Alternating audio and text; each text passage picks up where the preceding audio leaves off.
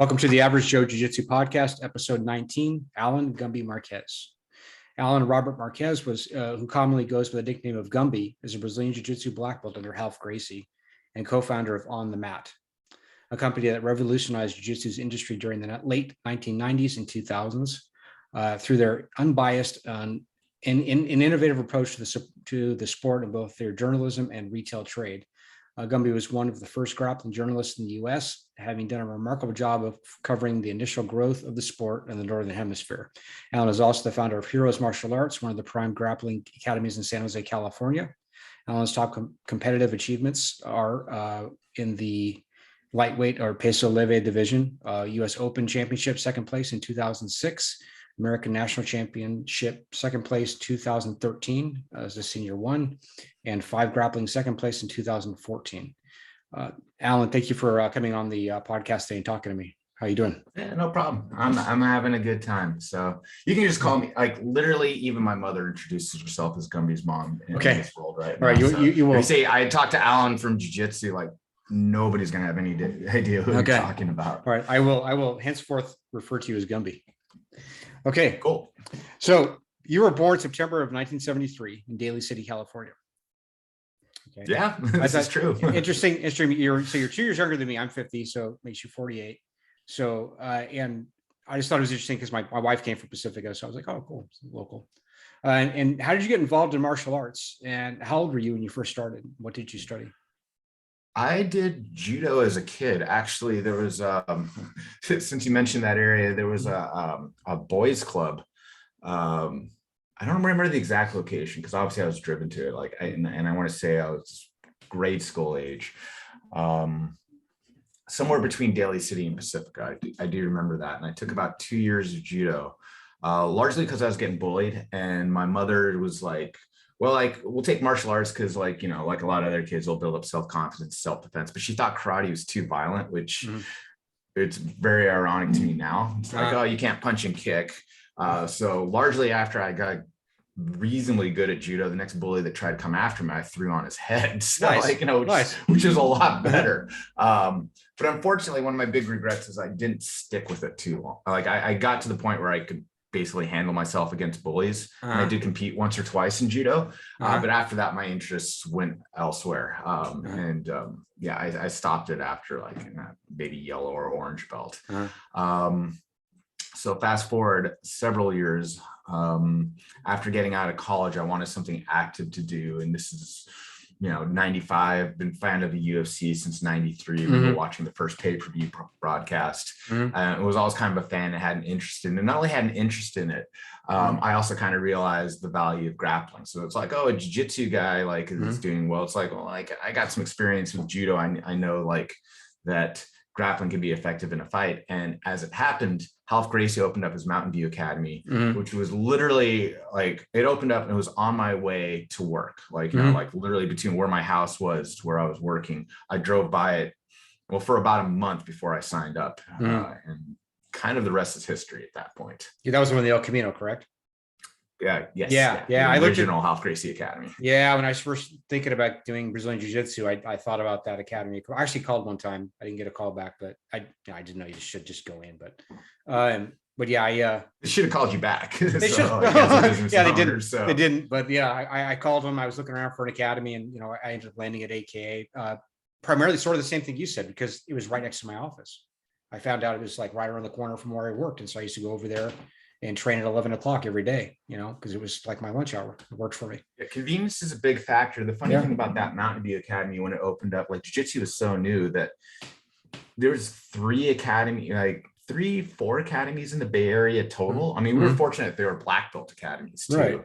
And then with my travels, like I found out that's like, oh, you don't have a black belt that trains you every day. Like, you know, like I didn't realize how spoiled we were back in those days. Like, a lot of folks, like if you lived literally any place other than California, you were learning off of videotapes and you had to travel to come to. And even that Mountain View Academy, like people commuted from a long ways to get to that gym. Yeah. And, you know, it was just a different era at that point. Like, you know, it really was. And like, we were fortunate that, you know, we had a very motivated Ralph Gracie coaching us every single day over there. I was going to ask you that. What was it like to train with Ralph Gracie all the time from day one? like I said, huge advantage for us. Like when we went in and we were showing off what we knew or going to competitions and whatnot, in a lot of ways, I described it as we were bringing a nuclear weapon to a knife fight. Like we were just so far ahead in a lot of ways in that sense. Yeah. And not only the quality of his instruction, how he was as a coach, and people like, whatever your opinion is, Half, I love the dude, obviously. Half and I have had this discussion. He was 25 at the time he opened up that gym. Wow. And I think back at, he's 1 or 2 years older than I am. I think he turns 50 this year. And we've joked about it. I think about how much of a knucklehead I clearly was when I was 25, much less running one of the most feared academies in the world. Right. So you can imagine that there was quite a bit of, how shall we say, testosterone in the room at that point. But it made some killers. It made killers for sure. Like, the idea is like, probably 1 out of every 20 people would make it past the first couple of months over there. Wow. Like it was a high dropout rate. But the ones that did make it through that point, not only, like I said, were killers, like we had a really strong bond with those folks, with each other at that point. So it was a special time. You couldn't replicate that in today's climate and in today's world. I sometimes with my gym, I think about it, but it's like, I'm not even going to try that. But I don't regret it for, I have few regrets about that. Like I'm very grateful that I came up in that era, that I got that type of attention, that I got to be under Half. Well, yeah, that's interesting. Do you think there's a difference now between then and now as far as Brazilian Jiu-Jitsu as a whole, as far as the training and the practitioners, et cetera? I think I'm not going to say anything's better or worse, and I don't want to be these old guys like back in my day or anything like that. But it was just that it was so much smaller at that point. It was so much more fringe, whereas it's like mainstream. I was like looking at my social media feeds earlier today, and you see the amount of celebrities that are training right now, and the different levels of people, and everybody does that, which is a good thing. Like I want everybody to be doing jiu-jitsu. I don't want it to be this fringe thing that only like the most extreme people are going to go ahead and do, which it kind of was back in my day. And because it was fringe, like we kind of had this attitude that we had to prove ourselves constantly. Like it was jiu-jitsu versus the world back at that point. And it really was. It was jiu-jitsu versus every martial art, jiu-jitsu versus every activity. And if you didn't get that, F you. It was really kind of the attitude about that. Whereas nowadays it's like jiu-jitsu for everybody, which, like I said, it's a much better thing. And like, and that's exactly what I want, but I'd be lying if there wasn't a tiny part of me that enjoyed that kind of fringe element, that kind of like, okay, this is our thing. Right now. No, I totally understand that. Yeah, I totally understand what you're coming from for that. Did you guys do a lot of cross training with the San Francisco Academy, or did it exist at that point? No, when the Mountain View opened up in 96. So actually, I suppose cross training there, like, when Half initially opened up that gym, it was the Half and Cesar Gracie Academy. Okay. So there was the cross between us and Pleasant Hill, and Half taught 4 days a week in Mountain View, and Cesar would teach 1 day a week in Mountain View, and vice versa with Pleasant Hill. So I consider Cesar as one of my first instructors. I have to give I mean, if you know the history of jiu-jitsu, you have to give a lot of credit to him as well. But I also literally consider him one of my first instructors. I really do consider that a fraternal academy, and a lot of those guys, especially like the old school guys, as my old teammates and whatnot. So we had that, but pretty quickly, I don't remember the exact time frame, there was a split to the point where it was Half 100% Mountain View and Cesar 100% Pleasant Hill. And I'd spent 90% of my time on the mat with Half, and it was like a mile from my house. So there really wasn't like any, like, there's no question. There wasn't any debate whether I was going to, which one I was going to stay with. At that point, Kurt Osiander, who's actually known Cesar before Cesar started training jiu-jitsu, like they were childhood friends, made the transition, and he came to Mountain View, even though he lived in the East Bay. And I don't remember exactly what the time frame on, like the exact dates. I'd have to look that up. But eventually, after Half promoted his first brown belts, being Kurt and Dave Camarillo, the idea was that Kurt opened up or they opened up the San Francisco gym. It was going to be Kurt Osiander teaching at the San Francisco gym, Right. and Dave Camarillo teaching at the Mountain View gym. And there was some level of synergy between the two. I would say that, like, again, it tends to be a proximity thing. So like whichever gym you're closer to is the one you're probably going to train at the most. But at that point, it also happened to be that I lived right next to the Mountain View gym. Like I'd actually moved and I was closer to the Mountain View gym at that stage. But I also worked in San Francisco, right next to the San Francisco gym. Right. So like I probably did as much 50-50 between the two as anybody did. Awesome. See, that's where I was going, because I interviewed Kurt a few months ago, and I remember he started in Pleasanton, et cetera. I wanted to see what the correlation was, right? You guys, I figured you guys were teammates at one point, and that I was really interested in like how that relationship evolved and where it connected. I mean, I consider Kurt my big brother. I love that guy to death. He's awesome. Yeah, he's a really cool guy. How did you get the nickname Gumby anyway? How did it come up? Because I'm green. Because I'm flexible, and you know, back in those days, I think even this day, it's like almost everybody gets a nickname in jiu-jitsu, and it's largely because, like, as a coach, like I don't always remember your name. Like, and I realize that it's like, you know, hey, you sport champ, my friend, whatever bro. It is right there, bro. So, you know, Half actually started calling me Springer Man to start off with. Which nobody got. Like, you know, there was no reference point to that. It's like, you know, he's like, hey, Springer Man, how's it going? And like I have a couple of email addresses to go back to that, but everybody was like, that's a dumb nickname. Like they started calling me Gumby because of my flexibility, obviously. Did you get like Mr. Fantastic at one point or something? I got the gray wings now, although I didn't have that back in the day, obviously, you know, 20 something years ago. So or plastic. No, like Gumby was the one that stuck. And actually, I'd gotten that, like, it never really stuck. Like people tried to call me that in high school. There was no correlation between the people that called me that in high school and where I picked it up later on. But yeah, like it definitely stuck, and I kind of ran with it. And these days it's funny, like you mentioned, like we're both like older guys at this point. Like, you know, you're aware of who Gumby is, but if you come from a different country, or if you're say under the age of 30, not a lot of people know who Gumby is. They don't know who he is. I'm Gumby, damn it. Remember that? I remember that. Was it A. Murphy? Yeah. It's funny though. I read that, how you just mentioned that too, how you were called Gumby in high school, and then you get in with jiu-jitsu with no correlation. But I thought it was interesting that two different sets of people chose the same nickname for you. I just thought that was quirky. Well, like if you're flexible, like I said, I guess I picked it up a little bit when I was running track in high school. It's like, how many flexible, like, you know, bendy, stride, Gumby, like, you know, like about 4 or 5. You know.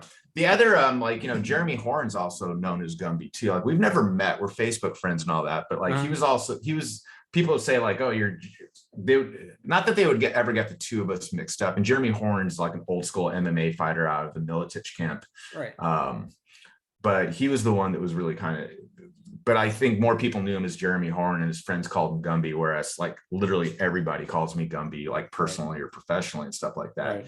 And I think because I had OTM, I was so synonymous with Gumby. Like there's other Gumbys, I'm sure, in jiu-jitsu, but I'm pretty sure if you mention Gumby in jiu-jitsu, I'm the one that people think about. I believe that's true. I absolutely believe that's true. Whenever I hear it now, you're the person people are referring to. Tell me about your company On the Mat. You started with your training partner, Scotty Nelson. How did that begin, and where is it now? So it began back in '97. Scotty was going down to Brazil, and he just kind of wanted to do something to trade with the Brazilians. No, he was one of the first gringos to go down to Brazil for the purposes of going down and training. He eventually wound up living there for about 3 years. Wow. Some point after that. But like anything else, if you come in and it's like, hey, I'm a tourist and I'm coming in to do this, they'll treat you a certain way. Anybody would, like, you know, like you don't really have anything to offer them other than as a tourist. But he came in, it's like, hey, I have this jiu-jitsu magazine, this online presence. Remember 97, like the web was this big mysterious thing. It's like not what it is now. It's like, hey, I can get you on the internet and get you some publicity in the United States and make you a little bit famous. You'll get a bit more access to type of stuff. So yeah, so that was initially what got him to do it. And we're in the Silicon Valley. We were both obviously in the tech industry, or like a lot of people were at that point, but he was more sales. I was a little bit more tech savvy for what I was doing. So he approached me about, it's like, hey, we should do this together. It'd be fun. It'd be a nice business project. It was more of a hobby at that point, like, in turning our business into a hobby, maybe picking up a couple of tax deductions along the way. Right. And it was funny, like, people couldn't believe that Scotty and I would go in together because they assumed that we hated each other. Simply put, like, we had that kind of matchup. We, the Brazilian word for it's confetti, where it's technically you're actually friends, but you're arch rivals on the mat. Like, I always joke that the two of us didn't train till one of us tapped. We trained till one of us got hurt. Right. Because that's how we were with each other. It's like neither of us wanted to tap to each other. It's like literally one of us got injured every time we rolled to the point where we couldn't roll that much. Wow. So, but like, like it was never like any kind of hatred towards the guy. Obviously, I love the guy back then because like I really appreciated that. Right. And for various reasons, it seemed like a natural fit that we'd go into business together. And from there, like, he went in and got a bunch of interviews with various folks. And we were maybe the second website on the internet having to do with jiu-jitsu. I have to give credit to Don Geddes, who also trained at the Mountain View Academy, that ran bjj.org, which was like kind of the authority site for a long time on the jiu-jitsu scene. And he still trains as a Ralph Gracie black belt now also. Yeah, we were the second internet site, and we were one of the first sites on the internet, period, that was like posting up and hosting videos. So like, eventually we got to the point where we're like, I'm going to really date myself. Like I'd have to compress things down to like a QuickTime file. Like I'd get things down to like a couple of megabytes, and then it was dial-up speeds at that point. So people in that era would tell me it's like, okay, you log on to your computer or you dial into AOL or whatever you had, you start downloading. Hopefully mom didn't try to use the phone or crash the system and stuff like that. And then you set that up overnight and you wake up and hopefully there was a video of some jiu-jitsu to wake up to. So yeah, we were in the first, like, let alone one of the first people to show jiu-jitsu and like show competition. We were one of the first sites on the internet to put video up and do that on a regular basis. Right. Yeah, you're bringing back all the memories of America Online and all the dial-up and the tone and everything. Yeah, it's crazy how much the internet has evolved over the last 30 years. Incredible how much it's evolved.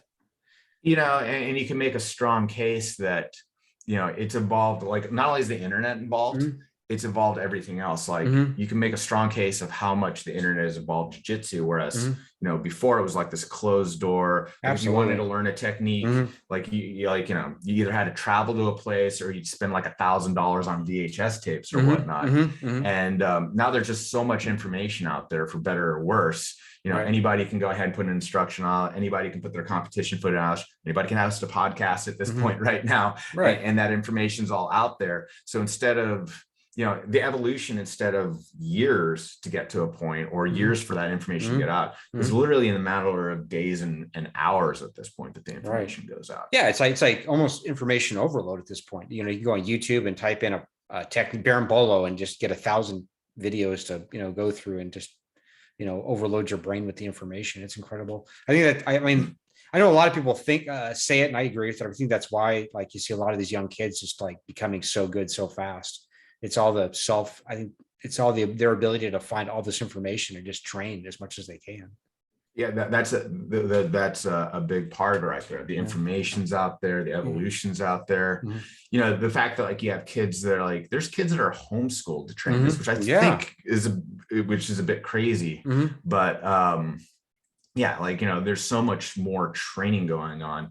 like the world champion black belts, like back in 96, they Mhm. weren't full-time jiu-jitsu athletes. They all had Right. day jobs. Like, Right. like I've talked to plenty of them that said like, like I won my world championship and I was training 3 or 4 days a week at that point, Mhm. much Mhm. less maybe, I think it might have intensified at that point, but they literally had day jobs. And to be a world champion right now, you can't have a day job. Like Mhm. your day job is training.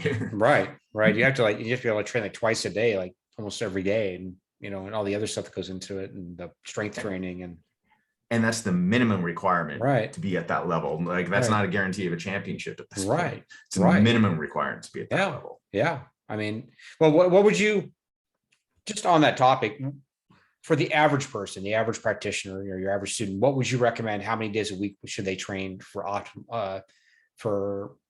for decent progression or optimal progression? I mean, I think it's a minimum of 2 days Mhm. a week. Mhm. Like if somebody calls me up and it's like, I want to train jujitsu, it's like I want to come in 1 day a week. I'm like, Mhm. I'll be honest, like it's not that I mind taking your tuition, but you're wasting your time at that point. Like Mhm. there's no possible way of Mhm. getting good at 1 hour a week on this. Mhm. So I would say it's a minimum of 2 days a week. But I often say like there's this ratio like that you have to figure out. Like, the ratio to me is more important than the actual hours that you train. Mhm. So there's a ratio between your ability to like go and learn techniques and drill and improve yourself, Mhm. which is important. Like I got to go ahead and absorb that. Particularly when you're a newer student, you have to come in and be able to pick up that information, Mhm. and do that. And even when you're in my stage, you can't ignore that as well. You have to be able to learn.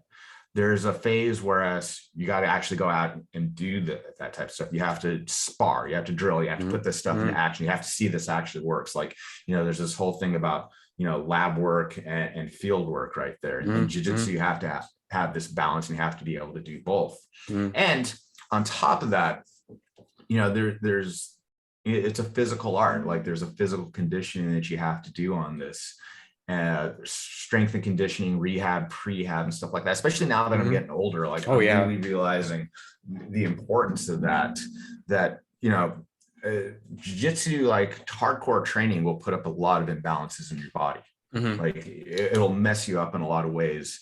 Even if you do everything correctly, in just in terms of training, it's like you'll overdevelop certain areas of your body and you'll Right. underdevelop certain areas of your body.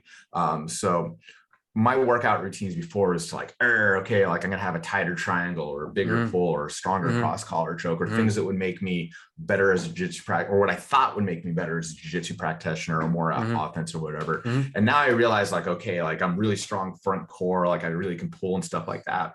There's certain imbalances I have right now. Mhm. Now my workouts are going ahead and making me as a more well-rounded athlete, or just, or just healthier overall, and like trying to correct those imbalances, Mhm. or balance things out. But again, Mhm. it comes down to that aspect of balance. It's like, what is your ratio? Like, like for every hour that you put in on one thing, you have to put in an hour in the other. And like, it's not a 1-to-1-to-1 ratio, for example. So that might be an easy one that might work for folks, but like that ratio will change as you progress through.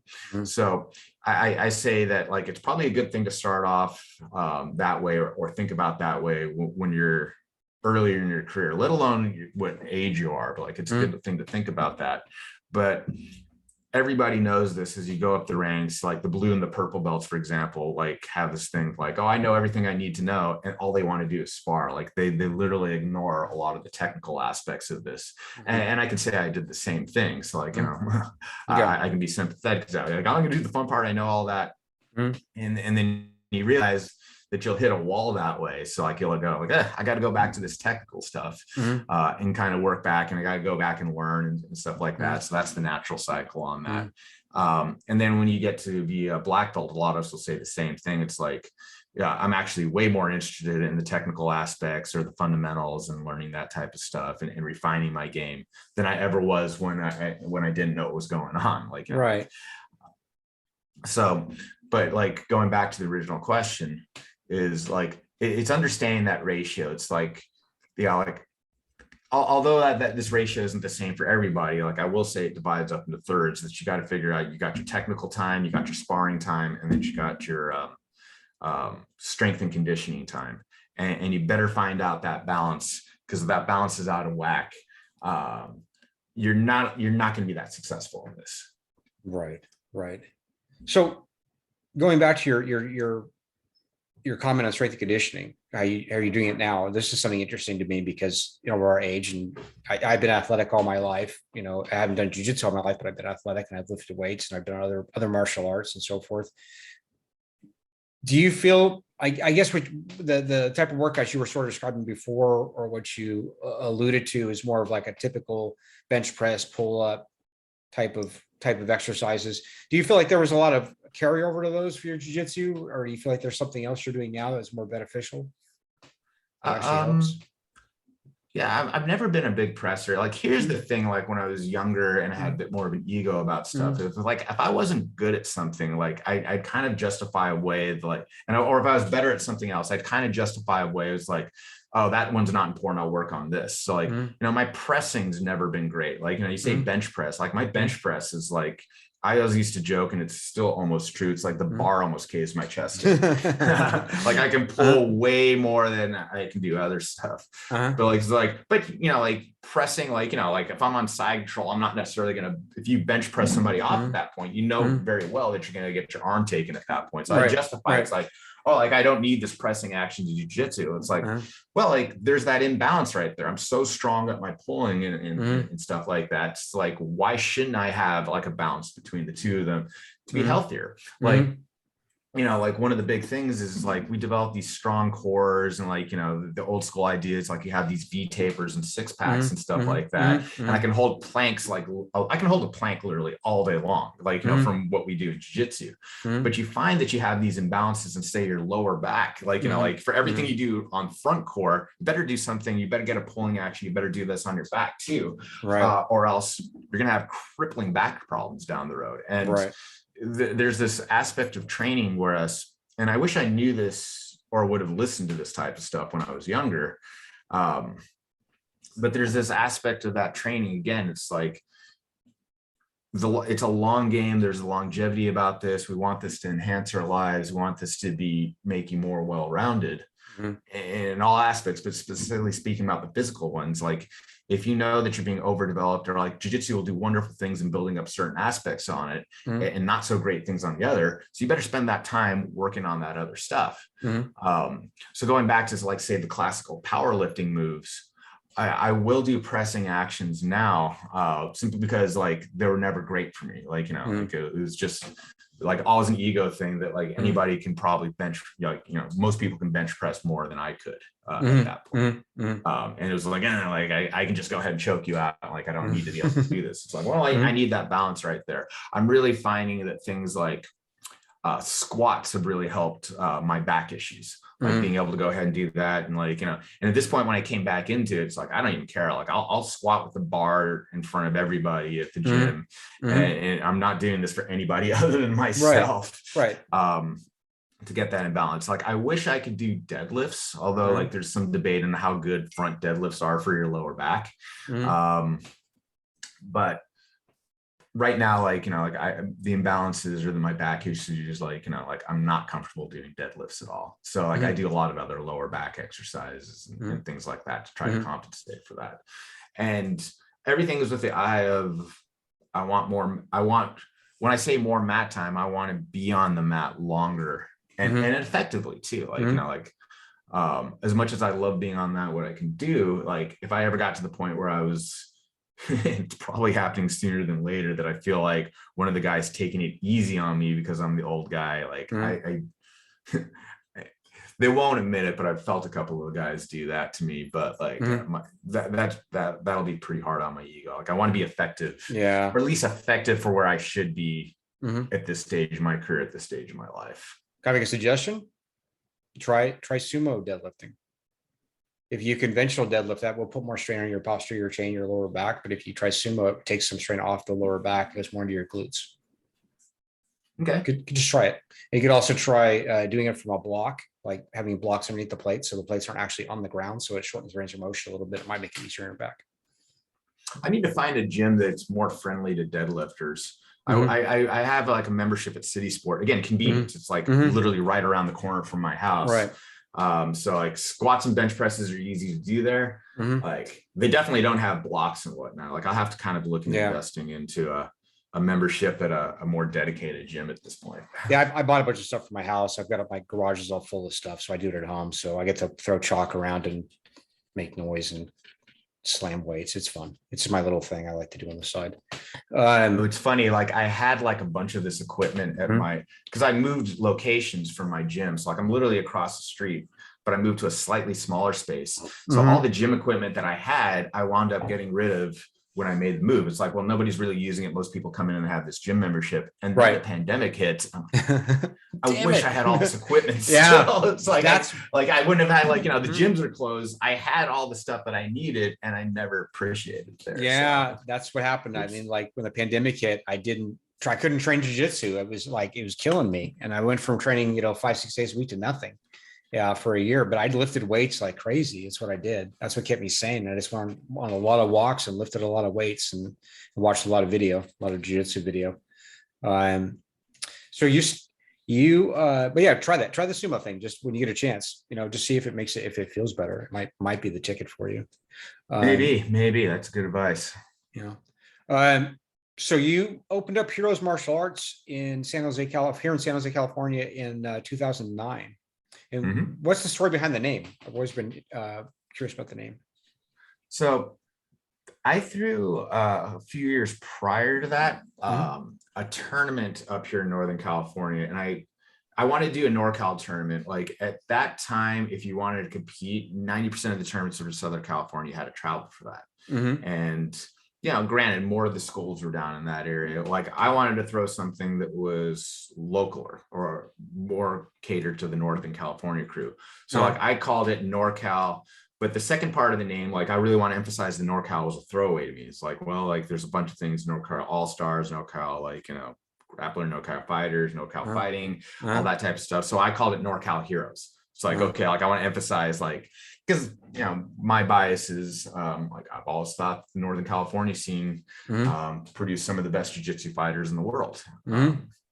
And we definitely had some of the best schools, and I'm NorCal, so I really felt strongly about that. So I call it, so like in my head it was NorCal, and then Heroes was a throwaway part of the name. Well, the tournament went well enough, and then people kept approaching me. It's like, hey, when's the next Heroes coming? When's the next Heroes coming? Like the Heroes name actually got out there, which was a little bit of a surprise to me because it wasn't the way I was thinking about it. And they kept on asking, where's Heroes coming? About the time that I was thinking about opening up the gym. Whereas I was like, I needed to kind of transition to a business because I had a couple of guys I was teaching like on the side, on the down low, fight club style at a warehouse. It's like, hey, don't tell anybody about this. Well, they all told people about this. Right. Like I legitimately have to, I can either continue doing what I'm doing or I can make a business out of this, but like, I can't really continue. Like I can't keep turning away people to train with me, which is what the issue I had at that point. So like when it came down to like, oh, what's the name going to be? Well, people are already buzzing about Heroes and associated with me. I might as well call it Heroes. And I also liked it because the name and the theme were really a lot more reflective of my personal tastes. Whereas especially even back then, 2009, everything is like extreme. And like, you'd see like pit bulls and chains and chain link fences and just, like the triple X training and stuff like that, the extreme like that. It's like, man, that is not my personality at all. Like, I want, heroes, heroic. Like I was thinking like comic book theme on this. It's like training jiu-jitsu gives you superpowers. It's like, this is the era of the affliction shirt where everybody had like dragons and, and all that. It's like, man, I wanted completely different from that image. Like it was so like, and especially being the OTM guy in the clothing industry and like close to that, it's like, I wanted something completely different than that. Like I wanted a completely different vibe, and not so ironically enough, like Heroes or the superhero theme is like really what's caught on right now with the whole Marvel universe and DC comics and all that other stuff. So like, or anime even. So like that's way more my personality than how the everything was trending at that point. So who's your favorite superhero?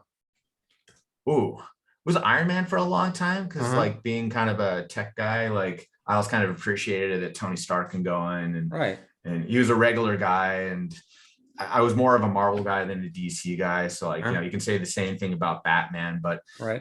Tony Stark would use his head. He's like, oh, I'll go ahead and invent or do something else and build that up. So like, I was more of a Marvel guy, definitely like Iron Man, and he had a good storyline too, I thought. Nice. Iron Man's cool. I liked Iron Man. He was my favorite in the movies, in the Avenger movies. I mean, actually, the whole thing started with him. The whole cinema series, it all started with Iron Man. So yeah, which is around 2009, 2010. Like I said, around the same time that opened up, and I was like, you always get kind of worried that like, when they adapt one of your favorite things, like, oh, this is gonna suck, because previous superhero movies, other than the old Superman movies from like the late 70s, the Christopher Reeve movies. Yeah, they did. Yeah, those were cool. Well, like the first couple of ones were cool. The first two were cool. Yeah. 3 was awful. 4, let's not even talk about. The first 2 were actually filmed together. They're filmed at the same time, so that's why they're so identical. And they were. I agree. They were the best out of the 4. The original Batman was the same thing. The first 2 were pretty good. That Tim Burton and Michael Keaton did, as far as story and so forth. And then Joel Schumacher took them over, and they were garbage. Yeah, so, the bat nipples were terrible, but the Christian Bale ones were really good. No, I still think that Christopher Nolan and Christian Bale's version is the best so far. We'll see what happens next year. So with the new one, but I like the trailer. It looks pretty good so far. Interesting. I'll give it a shot. I'm optimistic about it. I like the idea that it's more the detective aspect of the character, because he actually is my favorite character. But we'll see what happens. I'm going to give it a chance. So what are your favorite training methods? Do you prefer free rolling, drilling, flow rolling, or situational sparring? If you could say all, but what for myself as a coach? Both. I mean, first the answer is different. Okay. Well, I want both answers then. Okay. So like, again, it goes back to that ratio. It's where you're at in your career and what you're trying to get to. So as a coach, as you're going through, like, I think the specific scenario drilling is really important, starting from this particular position, starting from a guard, understanding that having certain goals and parameters, having those set for you is really important, kind of being able to go ahead and individualize and compartmentalize certain that stuff at the very beginning, I think is really important. Like, I think throwing somebody into free sparring until you actually have quite a bit of information is counterproductive, because you'll get really frustrated. You get to this point, I don't know what I'm doing right here. It's like, and then the whole flow of the action of the role stops at that point. So, well, now I got to explain it to you, or I have to really dumb down my game at this point, or I have to whatever. So like, so as a coach, like, I'll go ahead and explain as much as I can about, a particular position. We'll go on themes on that, and then we'll work from that position, and we'll work that for a little while, like a week or two, and then we move on to the next one to eventually build up this repertoire until you can go ahead and do that free rolling. It's like, I have enough information, at least compartmentalized. So the next stage, the next evolution of that is taking those compartmentalizations and then kind of chaining together, see what the relationships are, how to flow those together, et cetera, et cetera. But I think there's a level of like that compartmentalization. Like, you got to know what the guard is, top and bottom. You got to know what the mount is, top and bottom. You got to know various things like that. Until you get to that point, then the flow rolling is fun. Like, no, don't get me wrong, but you have to be well-rounded enough to know that there's a base level of information and knowledge you have to have before you can go ahead and do anything. Like, let alone like know what's going on, like how to keep yourself safe in these situations is a big one. And as you're coming up through the ranks, you can go ahead and then analyze the game, or at least break it down. So like, if you said like, oh, this roll didn't go all that well for me, and actually I'll still do this to this day. It's like, okay, what part went wrong for you? Like, was it the flowing to each other, or okay, I had a specific issue in this specific area, which I know how to compartmentalize it. Like, we can break this down, that it's simpler than people think. It's like, oh, like I got stuck inside somebody's closed guard. It's like, well, then we can go back and drill or technical or whatever level we have to. It's like, well, why are you having this issue in that particular area right there? Is there a technical issue, something that you don't know, or more likely we need to reinforce something that you should know already and get you going through that? So as an instructor is bringing somebody up through the early ranks, like, the first couple of years, I prefer a lot of that type of stuff. then as kind of like that, we'll call it the middle of career. When I say like early, and like, my definition of early is like early belts, like, purple, blue, white belts and stuff like that. I know a lot of lower belts aren't going to be happy to hear that, but we're still novices at that stage, as far as I'm concerned. Then I'll get to the point where like, like that I was concerned about like the flow and the tempo. Like I think about other things other than a technical level. Like I think like at a certain point, we'll call it like brown and black belt level, you have a lot of techniques in their arsenal and they're important, but like there's other things that you look at. They're a little bit less tangible than saying like, this is what the position is, or this is what the technique that you have to do and stuff like that is. So you kind of analyze that. So like in that sense, like the positional drilling, while not important, is less important than the flow and the rolls and going out there and being able to analyze things that way. Like you should know like your basics and strong from those particular positions. But then you like, there's ways of looking things beyond that. So yeah, like that's a little bit later on in your career. But having said that, and again, I still love and appreciate the ability to kind of roll in various things in situations like that.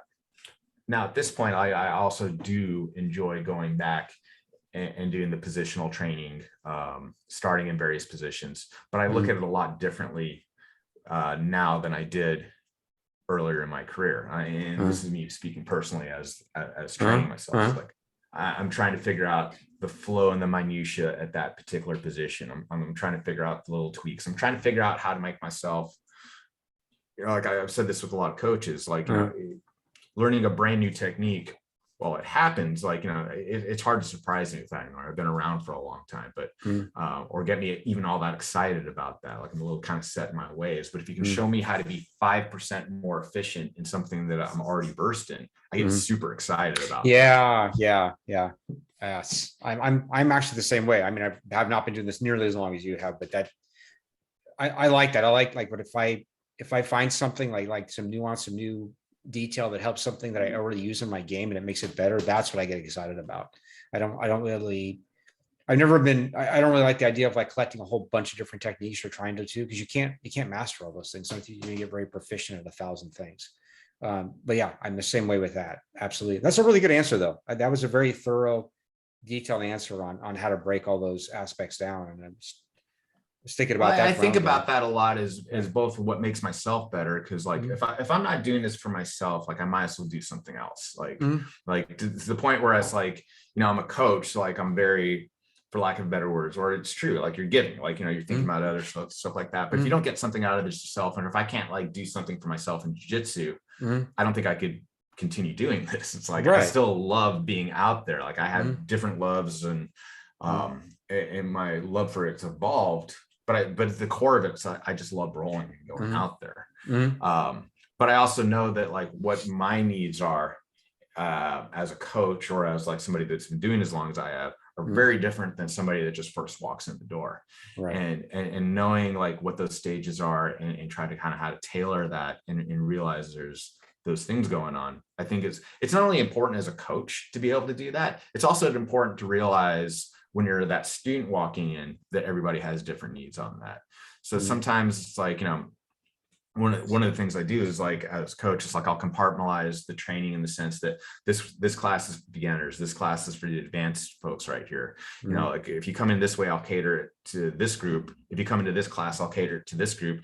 And you can't be afraid to say like, you're not ready for this level of training right now. And it's not only because you can't process the stuff right now because you just don't have enough information. Like if you come in, like you want that hard roll, as a white or blue belt, and there's nothing but black belts there, you'll actually stunt their growth, because like they'll either dumb down enough for you that like you're not getting a true representation of the role, or they'll go over and they'll do what they're supposed to do, but quite frankly, because you don't understand the flow and the ebb and the timing of stuff, it actually messes up their timing on that sense. It's like you can get away with a lot of stuff against I can get away with a lot of stuff on somebody that's inexperienced that I can never get away with somebody that has experience on that.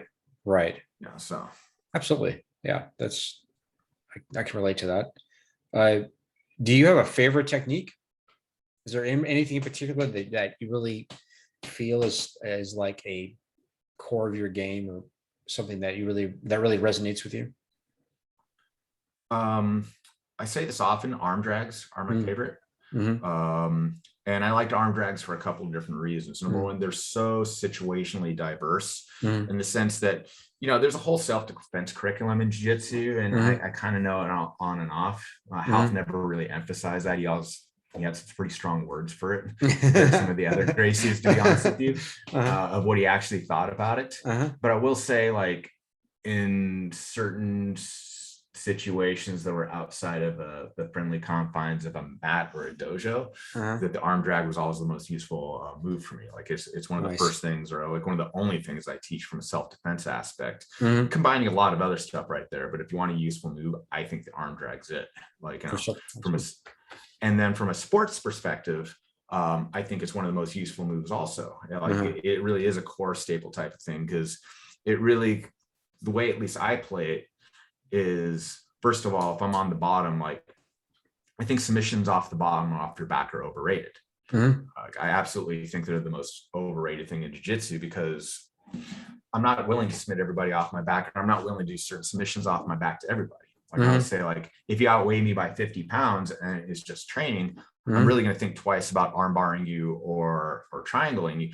I think about twice about anything that the defense is, I get stacked. Right. That I'm going to take that pressure on my lower back and whatnot. It's not good at any level, but at this point, I'm keenly aware of, like, my health and whatnot, that I'm not willing to do that. But I'm always willing to improve my position. I'm always willing to come on top or take your back. So I'm always willing to sweep or arm drag. And more specifically with the arm drags, if there's a move that I think really exemplifies the whole idea of jiu-jitsu being able to, with skill and technique and timing, taking out or dealing with somebody that's stronger and more aggressive, but potentially less skilled, I think arm drags are it. Okay. So yeah, I would be happy if people consider that my signature move. Nice. That's cool too. I think that's a really interesting idea you had about the self-defense aspect. So you're saying even from a standing position to pull around to get to the back to do a takedown or whatever, as far as self-defense, is that the well, it's just even there's I cribbed this from one of my wrestling coaches years ago. It's like one of the key aspects is, like, I always want my opponent to be in front of me. I never want to be in front of my opponent. Nice. Okay. We'll translate in jiu-jitsu, you never want to show your back to somebody. If I can get to your back, or if I can at least change that angle, like from a self-defense scenario, it's like takedown, chokehold, whatever. Sometimes that arm drags enough that I get you going in a different direction, and boom, you go that way, I go running off in that way. Any situation that I can potentially diffuse is the best situation. Any situation that I walk away from in one piece is a worthy thing. And I'm not, if I have to run away, or if you have to run, I'll say if I have to run away from the encounter to keep myself safe, and I walked away from it, that's fine too. That's a more valid self-defense thing than saying, like, oh, I'm going to go ahead and take down and choke you out. It's not the first level of self-defense on that anyways, for most people. So. Right. Would you consider now, and I'm gonna ask this question, I'm gonna go back to the self-defense, because we brought it up a little bit, and I have part of my martial arts background is Japanese jiu-jitsu, like traditional Japanese jiu-jitsu. And I have my own opinions now at this point in my life about the usefulness of it or effectiveness of it. And it's not a high opinion. So, after doing jiu-jitsu, it just doesn't resonate with me the way I thought it had in my previous years. How, in a way of saying it without, saying anything that makes you feel uncomfortable, what is your opinion of the Gracie Jiu-Jitsu, or what maybe was Ralph's opinion, in a way that gives us an understanding of, in other words, do you think that just doing regular jiu-jitsu is more effective as far as self-defense than actually training the self-defense techniques? That's a complicated answer. I'm not going to speak for Ralph, although, like I said, he definitely has every opinion he has is a strong opinion, quite frankly. Like, there's no I think of no, he has strong opinions on everything. But I'll speak for myself on this, in the sense that, first of all, like, one of the evolutions of jiu-jitsu, the way I kind of came up was there always was a self-defense aspect to it. Like I didn't start training because like I saw the Mungels, like there was no access to that type of stuff. I started training because I saw what Royce Gracie did in the UFC.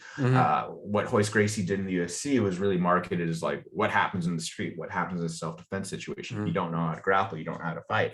And not that I had interest in fighting in the UFC or fighting in the street or anything like that, but you want something that's kind of proven or that was proven to be able to go ahead and that be worth my time and training.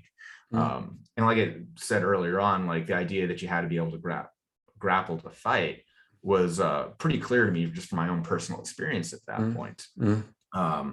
You know, since that point, like, you know, but like, you know, training on a day in, day out basis, like, quite frankly, like you don't need to train 25 years to be effective at self-defense. Like at that point, right. Like, you train for other reasons. Like if you only came in and trained for the self-defense aspects of this, purely, let alone like, you know, the recreational or the spiritual or mental aspects on that, you won't last that long. Like you don't need to do that. Like, you know, you won't even, like as a business person, you won't attract that much business. Like, you know, you'll have a constant rotation of people coming out in and out every 4 or 5 or 6 months or whatever on that. Like, you know, you just won't have that. So like, hopefully like people like, you know, like, or anybody that's within this, like, it's probably like, even if you start off for self-defense, you're training for other reasons. Okay. Now, with the evolution of what happened with the art, whereas it really kind of went into this, everybody can do this. You know, like there's elements that made it safer, both in terms of training on a day-to-day basis, and not to say that like we were doing eye gouges and fish hooking like in the dojo before. Like, or like the competitive aspects right now are pretty far removed from street element on there, which is fine. Like you realize where it is. Like I do think a lot of the self-defense aspect is getting left on the wayside. And again, like, you know, in terms of like street and self-defense and like this, like I hope to God nobody goes and does this with the idea they're getting into fights. But I think you see that element of it losing some of the effectiveness because the emphasis is what's happened in modern MMA right now. Now you can make a strong argument in modern MMA, like part of the reason why jiu-jitsu is less effective in modern MMA is the rule set. You can make another strong argument that the lack of effectiveness in jiu-jitsu is the fact that it's not this mysterious thing anymore. Everybody knows this, and you have to well-round your skills truly in order to be effective in modern MMA.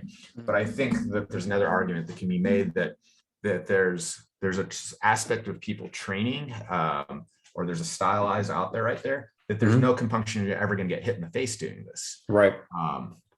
And I think if you lose that on any level, or if you don't remind, I mean, I don't remind folks by coming around and punching you in the face every now and again, but if you don't remind people of that every now and again, you lose what I think is an important aspect of the art. Right. And if you forget, if you don't remind people of the potential dangers on this too, even from a pure from a recreational fun and games type aspect right there, you run the risk of people getting hurt. So, you know, a good example is like, I used to be hardcore against slams in training in jiu-jitsu at one point. They're like, oh, this is not sportsmanlike and whatnot on that. There's a pretty infamous match with my old training partner who got slammed unconscious in a major super fight. And I was totally against it. And now I'm completely the opposite way of this. Like, whilst I don't think like lower divisions and whatnot should have slams, I also see people like, you know, climbing over each other like jungle gyms in competition, like, you know, it's an elevated and still some being in really bad situations. Like, yo, it's like, if you're trying to choke this person out and they're also elevating you and you're walking around them and they can't slam you, it's like, you know, what's the worst thing that happens? You choke that guy unconscious, he's going to drop in an uncontrolled manner anyways. And I watch people like get really badly hurt off of those situations, because like, whereas I do think you have to have certain kind of etiquette and customs and things like that to keep yourself safe, you still have to like for people for potential unsafe things. It's like, you know, I always tell people I can trust a training partner, like, you know, and I have plenty of training partners that I trust 100%, but there's situations I don't trust. I don't put myself in situations that I don't trust. And like, you have to kind of draw that line and that distinction. So in my mind, any martial art kind of has to realize let alone jiu-jitsu, what's going on there. Mhm. And then further on that, where I think the true effectiveness of this as a self-defense art, and self-defense art being like the ability to prevent harm from being done to myself is the most important thing. I think truly the most important part about that is my ability to think clearly in stressful or dangerous situations. So I say this jokingly, we simulate murder on a daily basis, essentially, Right. on a regular thing. We do things to make ourselves uncomfortable and make other people uncomfortable. And you condition yourself to be comfortable with being uncomfortable. You condition Mhm. yourselves to be able to think in certain ways. And it only comes with time and being in those places situationally. Like, Mhm. if I just showed you a technique, like even if it's a good technique, um, like, okay, here's like, break the wrist and walk away Mhm. type of thing like that. Um, and you don't have the mindset or the context of how to use that on a regular basis, like it's kind of a useless technique. Like, think about yourself, or if you ever coach anybody, like I'm going to show you a technique in a pure sport fashion, and Mhm. I'm going to give you every step on how to do that. Like, how many people are going to be able to pull that off instantly?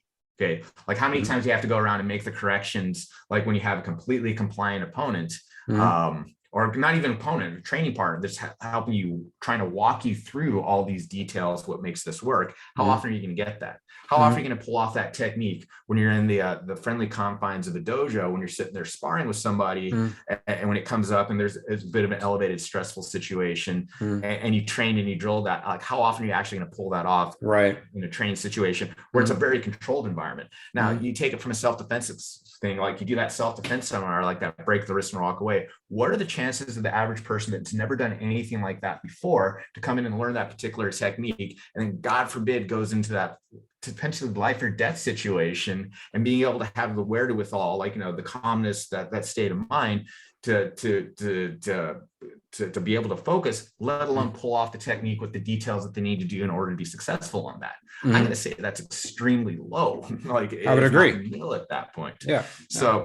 So like anybody that sells you, including the jiu-jitsu folks, that I have this kind of secret technique that'll help you out, is Mhm. basically peddling bullshit at that Mhm. point. Mhm. And let alone like any other martial art, like we have to call ourselves out on that.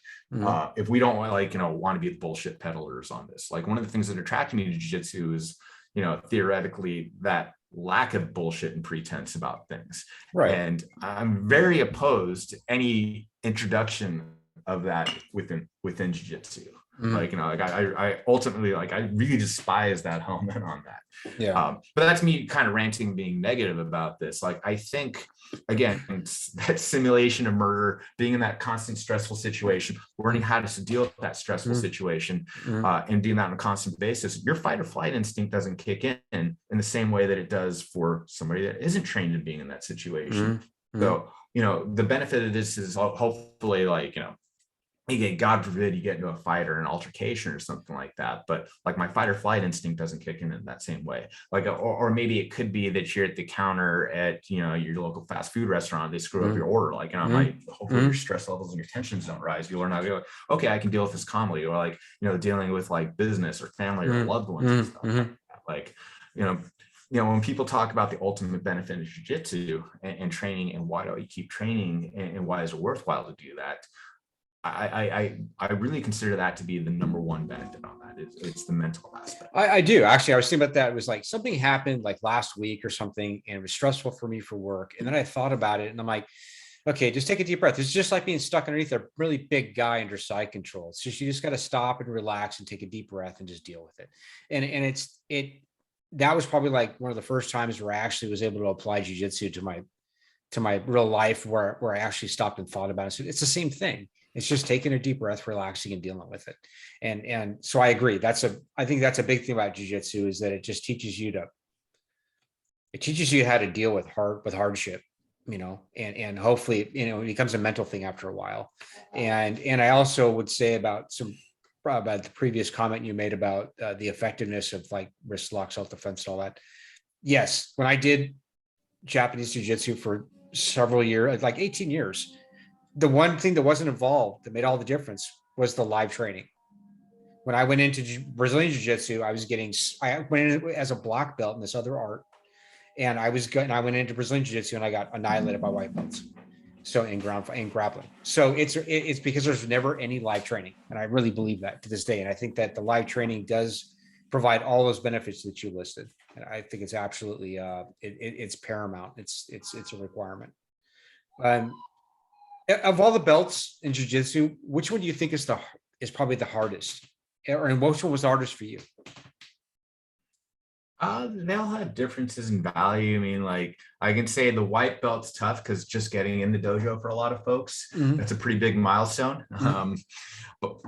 So like, don't diminish that importance right there. It's like it shows kind of a willingness to be out there and learn and just know that like it's rough. You're gonna get smashed to start off with. Like we can hold your hands and we can cater to you. We can give you a lot of information. We can give you as much support, but eventually it's like you're going to go through some rough times. It's a matter of survival at this point. It's not going to click right away. You're going to deal with folks on that. So to me, like the fact that somebody walked in and put that belt on is a big deal. And it's a big deal. Like if you had like a belt from another martial art to come back and put that on, like that might be a big thing too. Like, and there's plenty of people that have come in from different martial arts. Like, well, I had this. It's like, I don't want to put it this way, but I don't mean jack in here. Okay.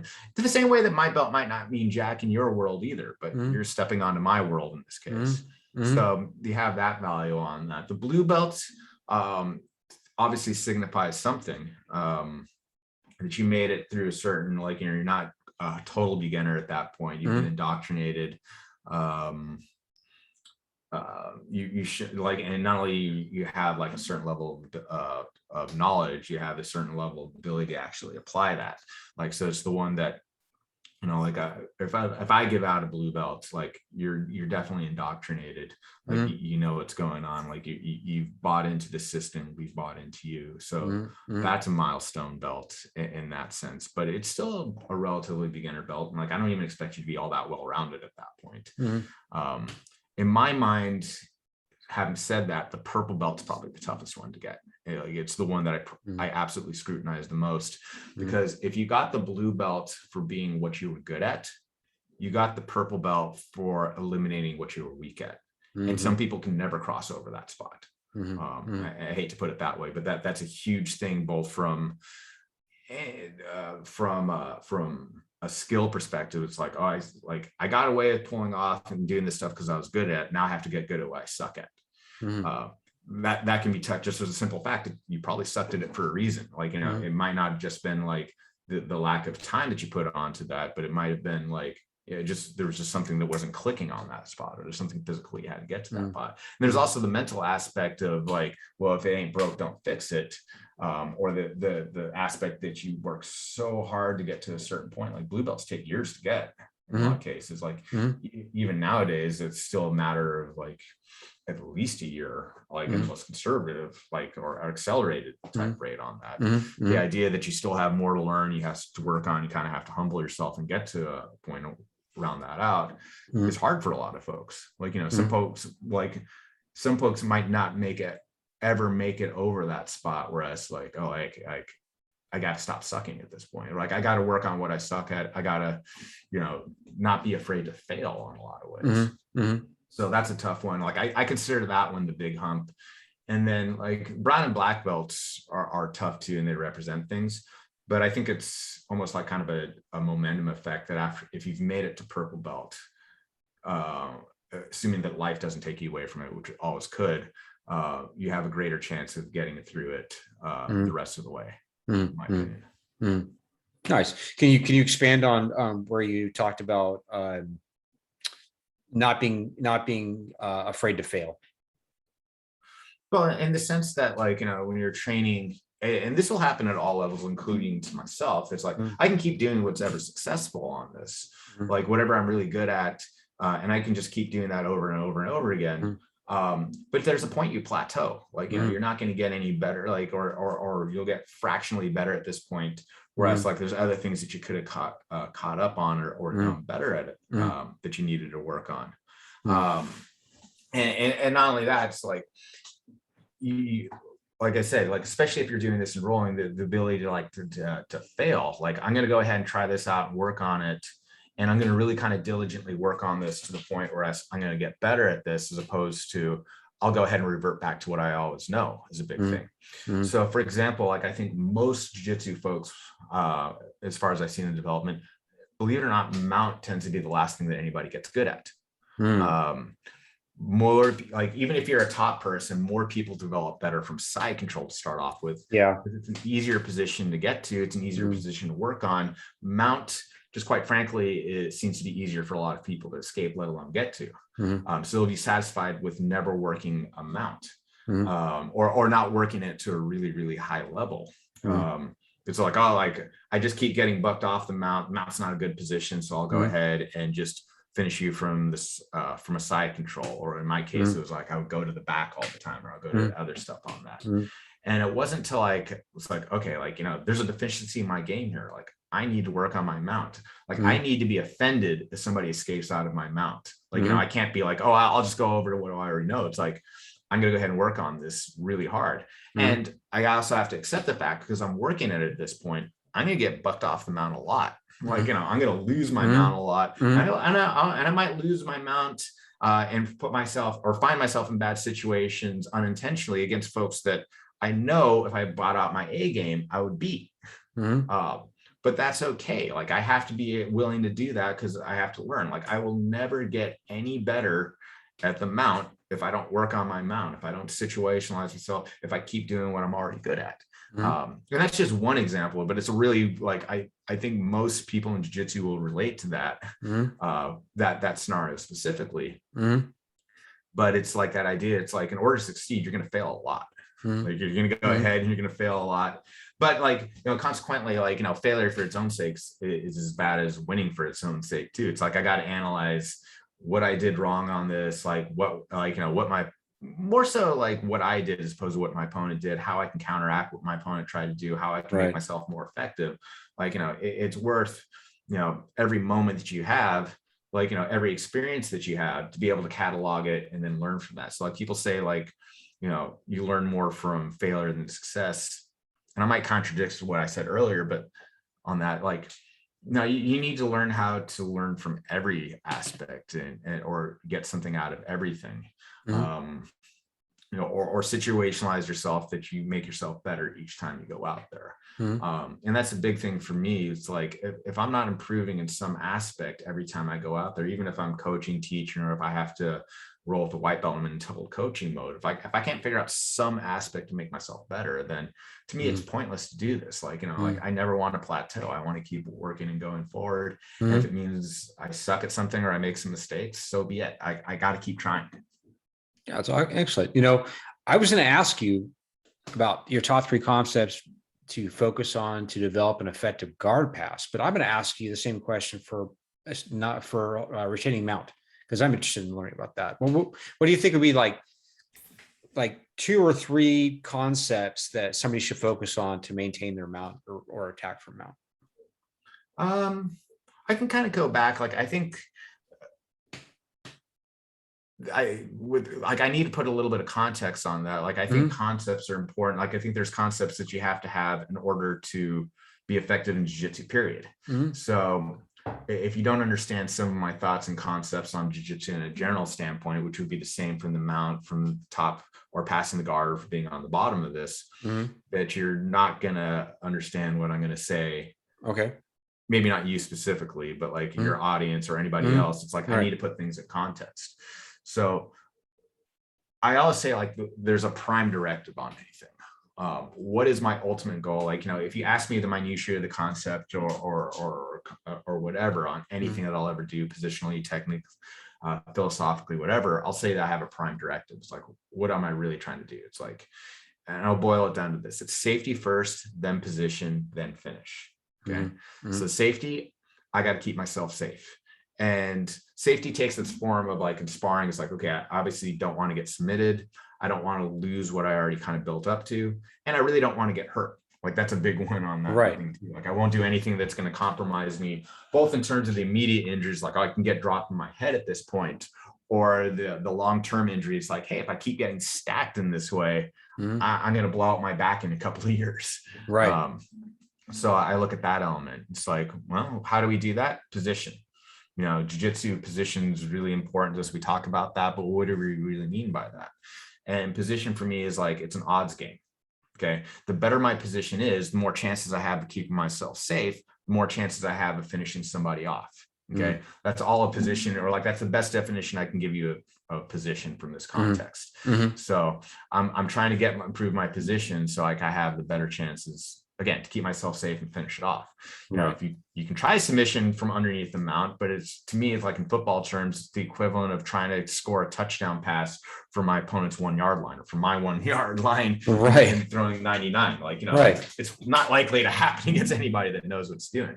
And then I always use the word finish in context of this, because most of the time when we say finish, we think of submission holds, chokes and strangulations, joint manipulations, all that. If you were to punch me in the face, that's a finish too. It's not one that people think about on a regular basis, but it is a finish. Or going back to that self-defense situation, like, and I use jiu-jitsu in that context. If I ran away and I was safe, that's a finish. Might not be the one that everybody, it's the glamorous one, or I'm going to sell a bunch of self-defense videos on running away from a fight, but it's a truthful and honest one. So that's my context, and that's where I go through there. And so that's the main one I go through. So another concept that I'll tell people is whatever technique I'm doing, whether it's a guard, pass, or a mount, is what does my body do? What does my legs do? What do my arms do? Okay, in that order. Because if you think about it, your core should be the strongest part of your body. Your legs are the next strongest part of your body. And I'm not saying that your arms are weak, but in that chain of command, it's the last thing that you should be worrying about at that point. So whenever somebody goes ahead and if I evaluate somebody's technique, I break it down into those 3 things and see if there's an imbalance, or if they're doing things out of order on that. Okay. So like, are you thinking about things in the right context, in the right way on this? Do you understand this part of this? Okay. And then after that, another way that I'll go ahead and say this is, okay, going back to that core, like a lot of this stuff comes down to weight distribution. Like, how is your weight being distributed? Like, that, or like, let me take a step back on that. Like, before I get to weight distribution, which is important, like, the more primary concept behind that is that we're ground fighters, not necessarily because we like being on the ground. We do like being on the ground, but I don't think that's the best definition of what we do. I think we're better defined as a grappling art, or a clinch art more specifically. Okay. So if I'm a ground fighter, it's not because I'm going to flop to my butt and then challenge you from there. Like, that could be suicide in certain situations. Okay. I'm a ground fighter because I know how to use the ground effectively. Okay. I know how to frame off of the ground, use it for my strength, use that to help kind of keep myself safe. And I also know how to weaponize the ground, and I know how to smash you into the ground. Okay. So that's what makes me a ground fighter. So in that context of ground fighting and where we're at, the relationship I always think of from any position from where you're at is where it's like this chain of command, where it's ground, my body, my opponent's body, back into the ground again. Okay. You have to understand how that works in order to be effective in any situation. So there's a few more of them, but going back to that concept of that chain of command, ground, body, body, ground, we can go ahead and apply that to both the mount or the guard passing right there. So if I'm going ahead and getting a mount, okay, where's my body? Okay, like, so in this case, like, how am I connected to the ground? How am I smashing my opponent into the ground? How am I ruining my opponent's relationship with the ground in this case? Okay. Like that's a concept. That's a thing that you can go ahead and apply to have more effective mount at that point. Okay. When it comes to guard passing, it's the same thing. Like, it's a top bottom situation. So I got to think about where my connection and how steady I am in the ground. If I don't know my connection to the ground, if I don't understand that, then my opponent's liable to like either attack me, drag me, or sweep me or something like that. Okay. How do I use that kind of knowledge when I'm going ahead and making that connection to my opponent? And I have that point to point contact, whatever it is, like I'm driving and I'm killing their hooks, I'm grabbing on the pants, I'm holding onto a collar or whatever. Okay. What am I doing with that kind of connection, that concept? Like, how do I make that? And then how do I utilize that again to make you less effective on the ground in terms of passing? Like, it's really how am I smashing into you right there, that you're not moving the way that you want to do, that you're not comfortable in that situation. Like I said, every like very specifically when I'm on top, I always think about that relationship. Like it's not enough to go point to point contact right there. It's not just me versus you. It's me and the ground versus you at every point. Okay. How do I make this to my effectiveness? How do I make this less effective for you? Right. I really have to do that for the same thing on the bottom too, but it's easier to illustrate how we go ahead and weaponize it or how we have that relationship when we're on top, I think. Yeah, it's excellent. That's excellent. So what are your thoughts on gi versus no gi? Do you have a preference, or do you prescribe to a theory that each has its own merits which complement the other, or do you see them in as somewhat different arts? I mean, I think it's all out of the same art. Like if you really want to call yourself a grappler, it really doesn't matter what your opponent's wearing. You know, there's core concepts, again, like going back to like, you know, what my body does, what my legs do, and what my arms do. Okay. So if you kind of go on that one, you know, one of the obvious differences between gi and no gi is the grips. Like if I think of where my body is and my legs are, my grips are usually the last thing that I worry about on this. I'm not saying there's not a difference between the two, but it's kind of the least important difference on that, which everybody thinks is like, oh, this huge thing I can't grab. It's like, you shouldn't be grabbing that much anyways. You should be focusing on doing some other stuff. So you have that aspect of it. But I will say that they are different in that sense. It all depends on what you want to do. If you're a hobbyist, do what makes you happy, do what's fun. Like, you know, if you're a professional athlete, do whatever makes you money more effective in what you're going to go ahead and do. If you're going to be like Gordon Ryan, you want to be the greatest no gi grappler in the world, I'm not going to tell him to put a gi on. Like, you know, on the other hand, if you're doing this again, like as a hobbyist and for fun, like, you know, and you want to learn, you want to maximize what you have, I tell people do both. Be effective at both, realize that, have fun with it. Like, you know, are you making a living doing from this? Like, you know, one way or the other, like, you know, like, are you fighting professionally? Are you teaching all that? Then absorb as much information as you can and have fun with it. If you don't like it, don't do it. If you like it though, if you love grappling, and this is the way I look at it, I don't look at it as like, I love gi or no gi. It's like, I love jiu-jitsu. Like to me, it's all the same thing. And I'll just go ahead and do that. Now, having said all of that, I think the biggest difference between the two is, in some ways, because of the lack of grips, because the uniforms, and it tends to be sweatier, faster, or whatever, like I would consider no gi to be a bit more of an athletic game. Like you can get away with certain things with that you can't get away with in the gi, particularly when somebody knows how to use that gi against you. So when I teach, I will not say that one is more technical than the other.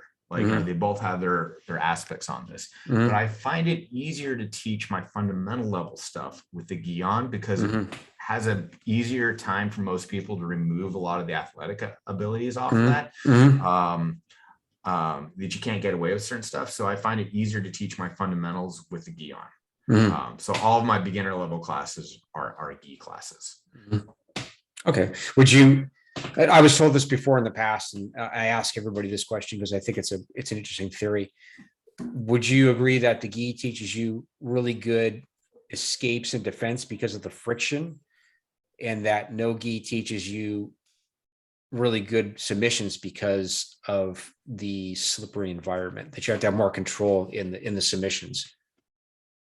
I think it's half done to one is six of the other on that one right there. So like, you know, you're never going to get the submissions on no gi if you can't control the position. And I think kind of circumventing this question, but going on a rant of mine, I think the surrendering of positions, or not the lack of emphasis on positions, and the importance of positions, the thinking like I could submit you off of every spot, is what in a lot of ways is ruining jiu-jitsu.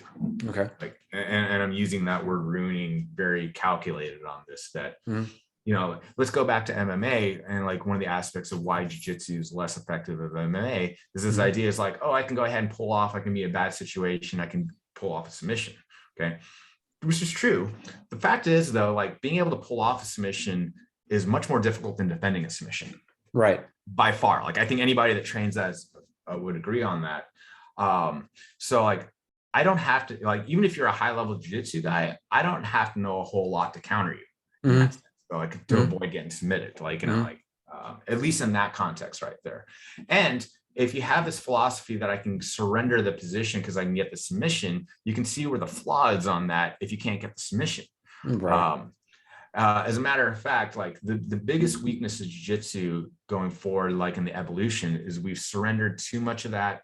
So I'm going to say the wrestlers who are much more concerned about that position. Like, a wrestler is like, okay, I want to be on top. And they're savvy. And it's like, it's not like the old school's like, oh, they just have to be on top and I can work on the guard. Like the new wrestler knows that they don't want to be in your guard. They know at the very least, if they wind up in that guard, how to stifle your submissions and whatnot and make you miserable off that position. Right. Okay. We need more of an aspect. It's like, we need to think about improving our positions. Cause again, like firing off the submission, sometimes like you can be in your guard against somebody that really knows what they're doing. And you might as well be on your 1 yard line in terms of scoring at that point. Right. Like, your effectiveness of being able to pull off the submission at that point, gi or no gi or MMA or whatever is going to be low. Okay. So you need to be thinking about like that improvement on that position right there. So, and in that sense, I think that's the same in gi and no gi. Like I really and truly believe that, but you do need that aspect and that ability to go there. So that was a bit of my rant right there, and I totally forgot what your original question is. No, it was just just the theory that if you're in the gi, that it, because of the friction and the control, of the clothing, that. Okay. So like, so to a certain extent, I agree with that, but I think anybody that like. But I think you also have to look at the bigger picture on things. Like, so like if you compartmentalize it and you have it like it's just like the friction versus non-friction stuff like that. I think people that like think in those terms miss a bigger picture on that. Okay. What's going on? Which is the whole thing about like the need to stabilize position. Okay. I get you. I follow. As opposed to like, like, oh, I can go ahead and hit submission at any time on this one right here. It's like, that attitude, like, if all you focus is on that, it's like, if you don't have your positions, if you don't understand your setups, you're never going to pull off your submissions anyways. Right. Yeah, that makes a lot of sense. It's true. I mean, even if you look at people when they roll, how often do you see successful defenses compared to successful submissions? The defenses, like you said, are much easier. Yeah, it happens. Do you have any other non-martial arts interests or talents? Aside from comic books and things like that, talents, God, nothing that I'm willing to share. Okay. Nothing that I really kind of go out and stuff like that. Okay. So, man, martial arts is, like, it's not that I don't have other interests, so I don't follow other stuff. Like, like I read a lot of science and stuff like that. That's cool. I love reading about, astrophysics and things like that. But, jiu-jitsu has consume so much of my liking. It's almost like I don't have time for other hobbies right now, or maybe like like that's kind of a cop out in the sense, like I could have made time for other stuff. I just didn't. Like I just had such a narrow focus on jiu-jitsu, and it obviously got me to a pretty successful point in my life with this in terms of my personal abilities, the skills and all that and whatnot. But like other hobbies, like there's nothing that I ever kind of dived into in the same way that I did on jiu-jitsu. And for me, it's like, I kind of have this all or nothing personality. That if I'm going to do something, I can't casually do it. Like I'm still having like, I'm better at that now. But like, I can't casually do something. Yeah, I'm the same. The point where it's an issue for me in my life, actually, that I can't casually do something. I'm the same way. I am like all in on whatever I'm into. I don't have a whole lot of other interests besides jiu-jitsu. I mean, I do some drawing. I like to listen to music and all the average things people do, but I don't have a whole lot of other, hobbies or interests, and I don't do it casually. I can't do it casually. So Heroes Martial Arts, is that, so you said you recently moved, so is that still at 460 South Market, or is that a new address? 460 South Market's been gone for a while. We're on 450 South First Street. We're literally right across the street. Literally right across the street. So like it's the same parking areas and everything. Like 460 is slated to be torn down. It was slated to be torn down a couple of years ago, but then the pandemic and who knows what else. But we're in 450 South, and I opened up a second location on the east side of San Jose. Oh, nice. The Capitol Square Mall. Grand opening was supposed to be March of 2020, but it got prevented. Yeah, but it's open and going strong right now. So good. Grateful to my student body, my instructors, everybody around us that allowed us to do that. Like I think there's great things coming, and who knows, might see some more Heroes Martial Arts down the road. Excellent. That'd be awesome. That'd be great. And your website is heroesmartialarts.com. And Heroesma.com is I think easier for people to get. okay. I think either one leads to it. Either one leads to it. So. I checked the links last night, and it does work. It goes to your current website. And your OTM website is onthemat.com. Yeah, it hasn't been updated in a minute though. So like, but you'll see an archive of a lot of good stuff on. Yeah, there was a lot of cool stuff on there. That's one thing I did notice. There was a lot of like older material on there. I'm gonna go back and look at it. It looks really. And if you look at my, I've been actually, because I have a couple of YouTube channels, but I've been putting up a lot of the old school footage on the Heroes Martial Arts channel. So like I did some instructionals. We were trying to do Zoom classes during the pandemic, and nobody wanted to do that. But I have. I think I have some interesting stuff. Like I have some really old school footage. I mean, I have the masters of a lot of videos, basically between like, between the mid 90s to mid 2000s. I got all that footage. I mean, if to understand the impact of OTM, like, the source right now is Flow. Well, I was Flow in the mid 2000s. Like, right. I literally have the masters, like, here's Mungel's 97. This is the masters on this, the world championships that year. Or, here's another one. This is the masters original tape that I shot BJ Penn's very first mixed martial arts fight on and stuff.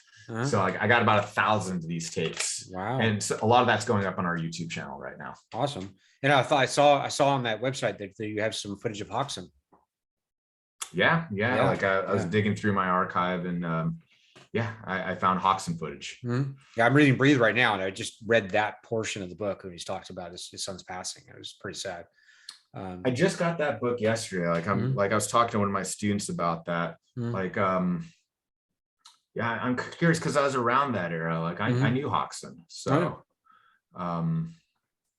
yeah, man, it's been almost 20 years since it's been gone too, which is kind of blowing my mind on that. Yeah, time flies. It goes really fast.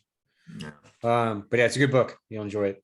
And you're at Instagram at Heroes Martial Arts is your Instagram title. I think so. Yeah. Got a couple of Instagrams. Or at Gumby OTM also. Okay. There you go. It's my personal one. So Heroes Martial Arts is the school one. It's basically all school related stuff. Gumby OTM is, not that I have any much other interests other than jiu-jitsu. Like you'll see that pictures of my dog on there. Awesome. Yeah, he's right. He's behind you actually, isn't he? Yeah, that's him. Yeah, sleeping. Yeah, my dog's in the other room. Yeah, I got a boxer. All right. Hey, Gumby, it was great having you on and talking to you. It was a fun conversation. Thank you again very much for coming on the podcast and talking to me. I appreciate it. Oh, thanks for having me. Appreciate it. All right. Hopefully you'll come back in the future.